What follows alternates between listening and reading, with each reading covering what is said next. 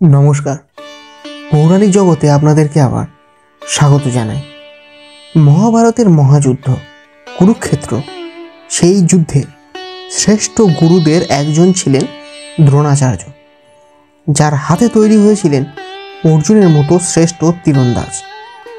তার কথা আমরা সবাই জানি, কিন্তু আপনারা কি দ্রোণাচার্যের স্ত্রীর কথা জানেন? জানেন কি মহাভারতের সেই নারী চরিত্র কৃপি আজও দেবী রূপে লক্ষ লক্ষ মানুষের দ্বারা পূজিত হন? কোথায় সেই মন্দির যা একসময় ছিল গুরু দ্রোণের আশ্রম? কেন তিনি বসন্ত বা পক্সের মতো ভয়ঙ্কর রোগের দেবী হিসাবে পরিচিত হলেন? আর কিভাবে এক সাধারণ নারী তার সেবা এবং ত্যাগের গুণে অমর দেবীর আসন লাভ করেন?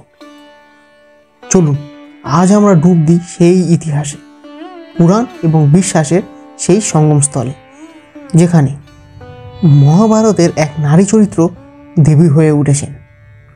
তাহলে শুরু করা যাক।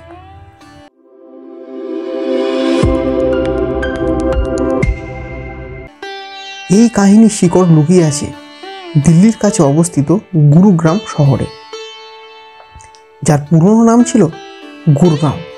গুরগাঁও এই নামটির অর্থ হলো গুরুর গ্রাম। কোন গুরু? তিনি হলেন মহাভারতের সেই বিখ্যাত অস্ত্রগুরু গুরু দ্রোণাচার্য।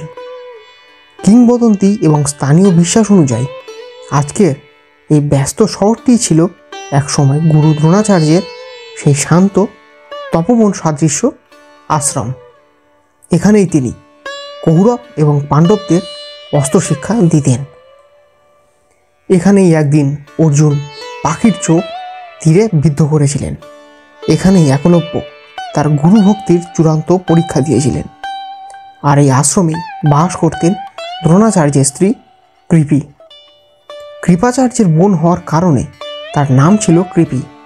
তিনি ছিলেন একজন সাধারণ ঋষিপত্নী, একজন মা এবং একজন অসাধারণ সেবিকা।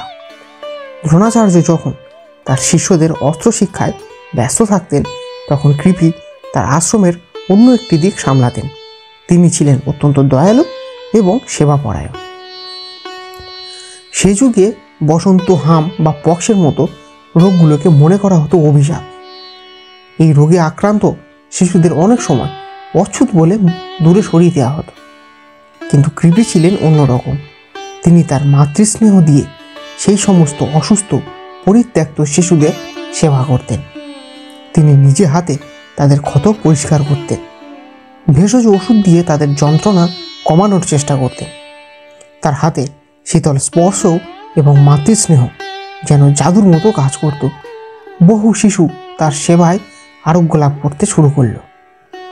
ধীরে ধীরে আশেপাশের সমস্ত গ্রামগুলোতে তার নাম ছড়িয়ে পড়ল।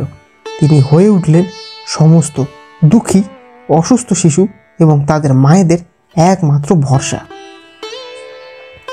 তিনি হয়তো কোনো রানী ছিলেন না, কিন্তু তার স্থান ছিল মানুষের হৃদয়ে, রানীর চেয়েও অনেক ঊর্ধ্বে।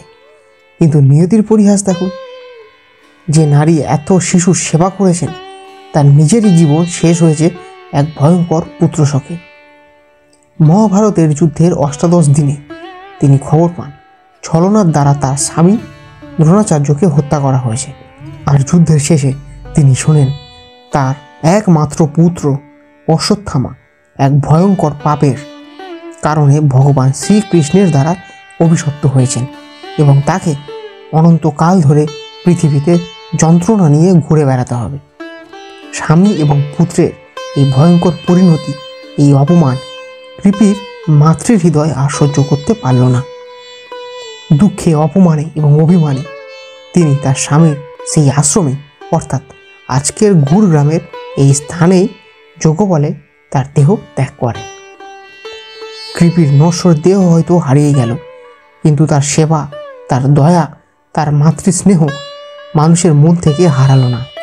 তার মৃত্যুর পর স্থানীয় গ্রামবাসীরা, যারা তাকে মায়ের মতো ভালোবাসত, তারা তার স্মরণে সেই আশ্রমের স্থানে একটি ছোট মন্দির তৈরি করলেন। তারা বিশ্বাস করতে শুরু করলেন কৃপি মৃত্যুর পরেও তাদের সন্তানদের রক্ষা করেছেন। ধীরে ধীরে লোকমুখে এই বিশ্বাস প্রচলিত হতে শুরু করলো যে এই মন্দিরে এসে মায়ের কাছে প্রার্থনা করলে বসন্ত বা পক্সের মতো ভয়ঙ্কর রোগের হাত থেকে শিশুদের রক্ষা করা যায়। ঠিক সেই সময় এই লোকবিশ্বাসের সাথে মিলে গেল শাস্ত্রীয় বর্ণনা। স্কন্দ পুরাণে দেবী শীতলার বর্ণনা পাওয়া যায়। শীতল শব্দের অর্থ হলো ঠান্ডা, যা যন্ত্রণা উপশম করে। পুরাণে বর্ণিত দেবী শীতলা গাধার উপর বসে থাকেন, তার হাতে থাকে একটি ঝাড় যা রোগ জীবাণু দূর করার প্রতীক, এবং একটি জলের কলস যা আরোগ্য লাভের শীতল জলের প্রতীক। ভক্তরা তখন কৃপিকেই সেই দেবী শীতলার অবতার বলে মনে করতে শুরু করলেন। মহাভারতের এক সাধারণ নারী চরিত্র কৃপি মানুষের বিশ্বাসে এবং ভালোবাসায় হয়ে উঠলেন দেবী শীতলা মাতা।